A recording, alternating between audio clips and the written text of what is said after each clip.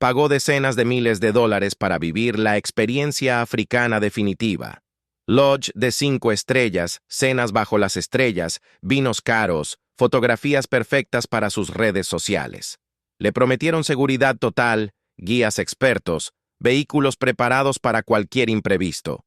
Lo que nunca imaginó fue que, en cuestión de segundos, ese safari de lujo se convertiría en una lucha desesperada por sobrevivir. El todoterreno volcó en un camino perdido de la sabana, la radio dejó de funcionar, el guía quedó inconsciente, y ella, una empresaria millonaria acostumbrada a controlar todo con un simple clic, se encontró sola, sin agua suficiente, bajo un sol implacable, rodeada de animales salvajes. Esta es la historia de cómo el dinero dejó de servirle para cualquier cosa. Y tuvo que aprender en 4 días lo que la naturaleza no perdona. Siempre pensé que el dinero te protege. No de todo, claro, pero de lo peor. De los hospitales públicos colapsados. De los barrios peligrosos. De las esperas eternas y de lo siento, no hay nada que hacer. Me había acostumbrado a que, si algo se complicaba, podía llamar a alguien, pagar a alguien, mover hilos. En la sabana africana, descubrí que hay lugares donde tu cuenta bancaria no significa absolutamente nada. Llegué a África en un avión privado. Suena arrogante decirlo, pero era mi realidad. Tenía 39 años, una empresa tecnológica valorada en millones, entrevistas en revistas, una agenda tan llena que mi asistente respiró aliviada cuando por fin le dije: voy a tomarme vacaciones. De verdad. Busqué viajes exclusivos en Internet. Me ofrecieron de todo, islas privadas, yates, retiros en montañas remotas. Elegí el safari porque prometía una mezcla perfecta entre aventura y comodidad. Fotos con leones, pero desde un jeep seguro. Atardeceres de película, pero con copa de champán en la mano. Contacto con la naturaleza, pero sin renunciar a sábanas de algodón egipcio. El lodge era exactamente como en las fotos. Piscina infinita mirando a la llanura. Cabañas enormes con aire acondicionado. Sonrisas perfectas del personal. Me sentí importante. Especial. El tercer día, nos ofrecieron un game drive diferente, más lejos, por zonas menos transitadas. Veremos menos turistas y más animales, dijo el guía, sonriendo. Es seguro, se lo prometo. Llevo 20 años en estas tierras. Éramos solo 2 en el vehículo, el guía y yo. Me gustó esa idea. Nada de familias ruidosas, nada de gente arruinando mis fotos. Salimos antes del amanecer. El aire era frío, olía a polvo y a hierba. Me envolví en la manta que nos dieron, sostuve mi cámara, lista para capturar momentos únicos. Vimos jirafas recortadas contra el sol naciente.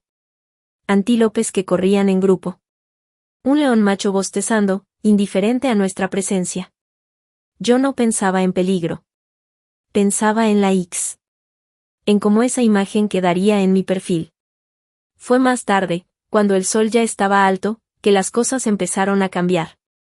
El guía decidió tomar un camino secundario. Hay un pozo de agua más adelante, explicó. A veces, a esta hora, se acercan elefantes, búfalos, vale la pena. El sendero era estrecho, con arbustos altos a ambos lados. Íbamos despacio. Yo miraba la pantalla de la cámara, revisando mis fotos, cuando sentí el primer golpe. Un bache profundo. El vehículo saltó. Disculpe, dijo el guía. Esta parte está algo rota por las lluvias. No tuve tiempo de responder. La segunda vez no fue un bache. Fue como si el suelo se abriera. Una zanja erosionada, medio oculta por la hierba. La rueda delantera derecha cayó de lleno. El todoterreno se inclinó violentamente. Grité, me agarré al asiento, sentí el mundo girar. El metal crujió. El coche se volcó de lado. En 3 segundos, el safari, de lujo, desapareció. Solo quedaba ruido, polvo y el sabor a sangre en mi boca. Cuando me detuve, estaba colgando del cinturón de seguridad. El mundo estaba torcido. El techo del vehículo era ahora una pared a mi derecha. Había cristales rotos, tierra, una cámara tirada a mi lado. Me temblaban las manos. ¿Está bien?, pregunté, buscando al guía. No respondió. Lo vi medio atrapado contra lo que antes era la puerta del conductor. Tenía un hilo de sangre en la frente, los ojos cerrados. Hey. Oiga. Extendí la mano, lo sacudí como pude. Despierte. Nada. El pánico empezó a subir desde el estómago. Intenté respirar hondo. Pensar. Calma, has estado en situaciones difíciles, me dije. No. No así. Solté el cinturón, caí de lado, me dolió el hombro. Me arrastré hasta el techo, ahora pared, empujé la escotilla superior. Por suerte, estaba entreabierta. Con esfuerzo, conseguí salir del vehículo volcado. El sol me golpeó la cara como una bofetada. No había nada alrededor. Solo hierba amarillenta, algunos árboles dispersos, una llanura que se extendía interminable. Y un silencio extraño. Un silencio lleno de sonidos pequeños, insectos, pájaros, un viento leve. Pero ningún motor, ninguna voz humana. Volví a entrar como pude, buscando la radio. El aparato colgaba roto, cables sueltos. Intenté encenderlo. Nada. Golpeé la carcasa, como si eso fuera a arreglarla. Vamos, vamos, susurré. Nada. Busqué mi teléfono. Cero señal. Obvio. El guía me había dicho el día anterior.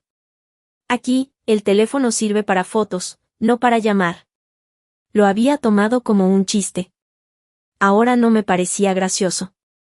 Saqué al guía del vehículo con un esfuerzo que nunca imaginé que podría hacer. Era más pesado de lo que parecía.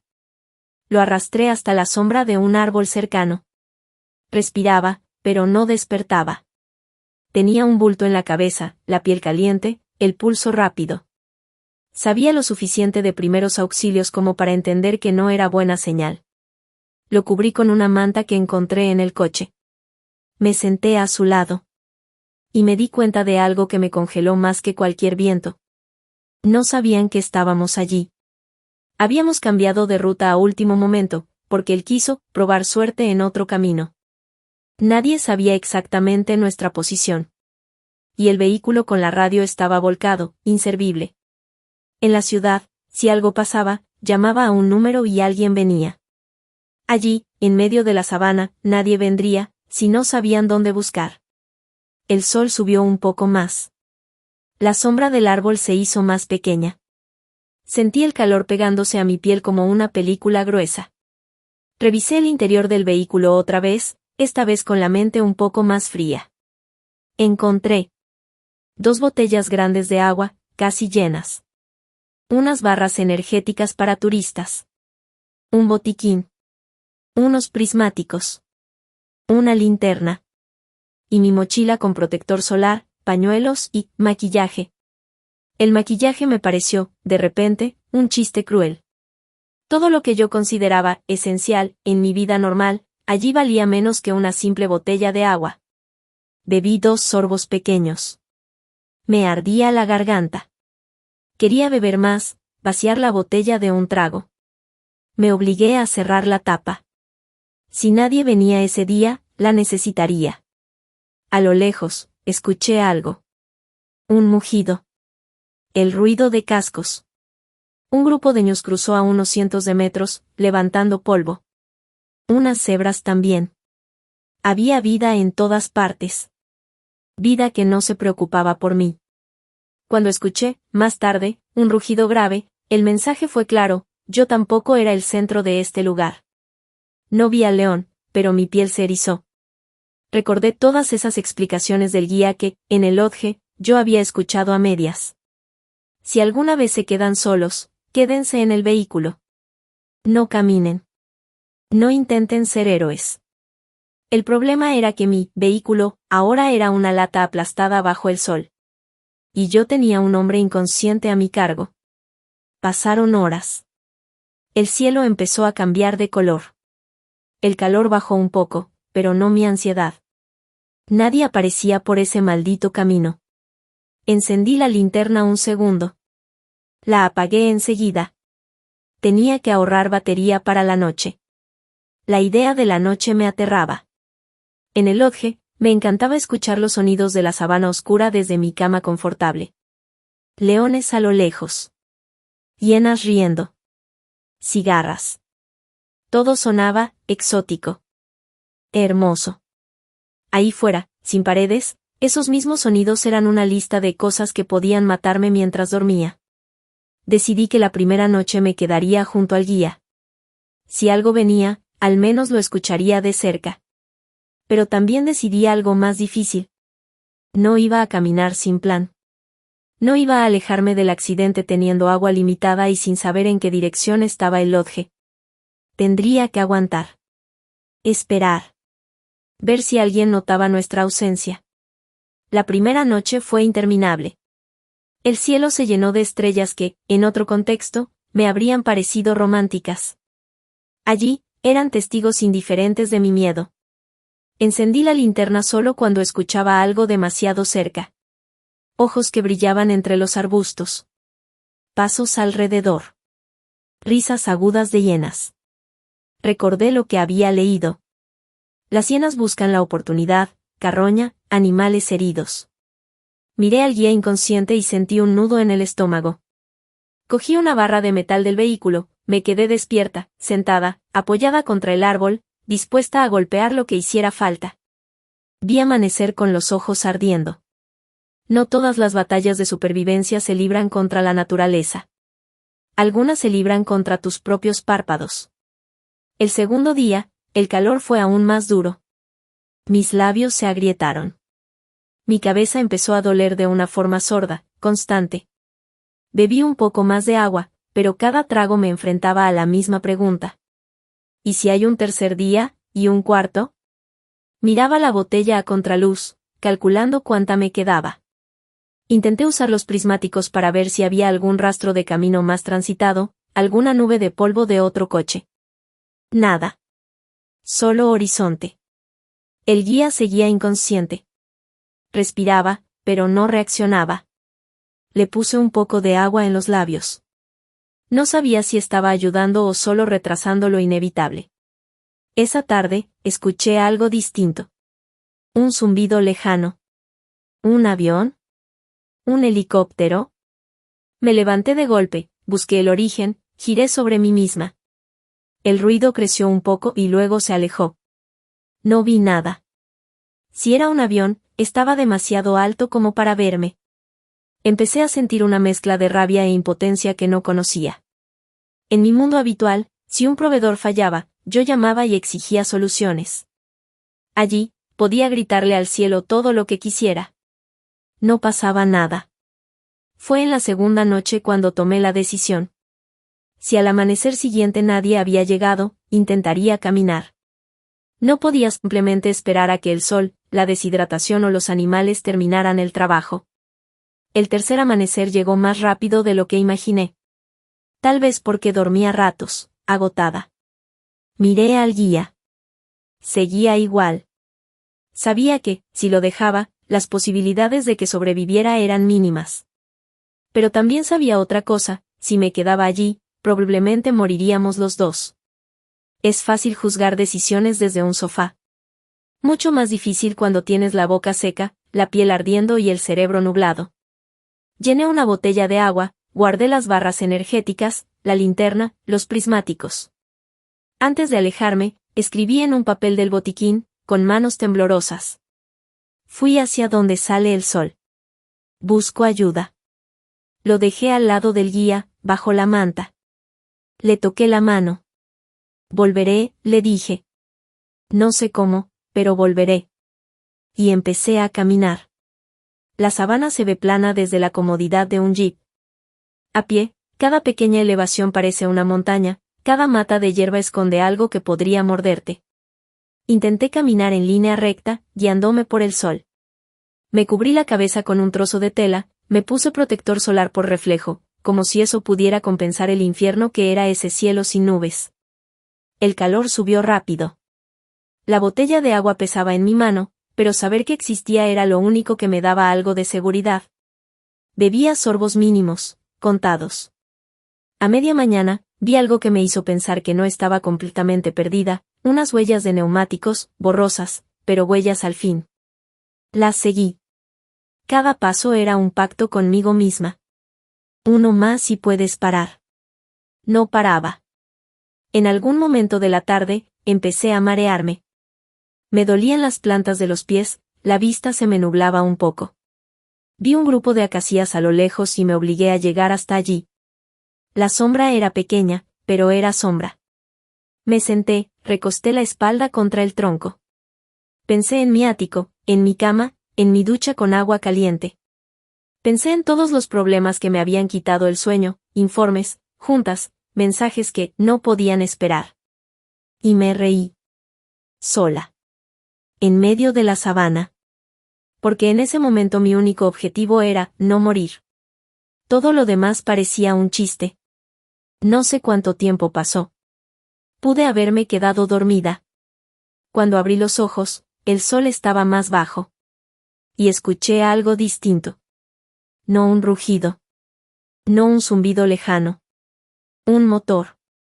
Lejano, pero reconocible. Me incorporé como pude, el corazón golpeándome el pecho. El ruido venía de la derecha. Subí a una pequeña elevación, casi a gatas, agarrándome a las piedras. Y ahí lo vi, un vehículo, no muy lejos, levantando una pequeña nube de polvo. Algo se encendió dentro de mí. Agité los brazos, grité con lo que me quedaba de voz. ¡Hey! ¡Aquí! ¡Aquí! Tomé la linterna, la encendí y la apagué varias veces, desesperada, aunque aún era de día. Durante unos segundos eternos, parecían no verme. El coche siguió recto. Yo seguí gritando. Entonces, lo vi frenar. Girar. Volver sobre sus propias huellas. Se acercaba. No recuerdo bien cuando empecé a llorar. Sé que cuando llegaron, apenas podía hablar. Eran guardas del parque. Me habían estado buscando desde el día anterior. Habían encontrado el vehículo volcado, vacío. Pensaron que los animales nos habían arrastrado. Yo solo repetía. El guía, está allí, tienen que ir por él. Y entonces, con la primera sensación de seguridad en días, mi cuerpo decidió apagar el interruptor. Me desmayé. La encontraron deshidratada, con quemaduras solares al borde del colapso. Sobrevivió. El guía también.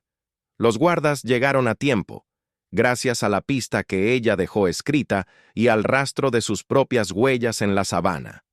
De vuelta en su mundo de salas de juntas, gráficos y contratos millonarios, muchos quisieron convertir su historia en una anécdota inspiradora. Pero ella sabe que no fue una película de aventura. Fue una lección brutal. En la sabana, nadie te pregunta cuánto dinero tienes, cuántos seguidores, cuántos logros acumulaste. Solo importa cuánto puedes aguantar el calor, la sed, el miedo, y cuánto estás dispuesto a seguir moviendo los pies cuando todo en ti pide que te rindas. Su experiencia no la hizo invencible. La hizo más bien consciente de lo frágil que es cualquier vida, incluso la de quien cree tenerlo todo bajo control. Porque hay lugares del mundo donde tu tarjeta de crédito no abre puertas, y donde sobrevivir un día más vale más que cualquier cifra en tu cuenta bancaria.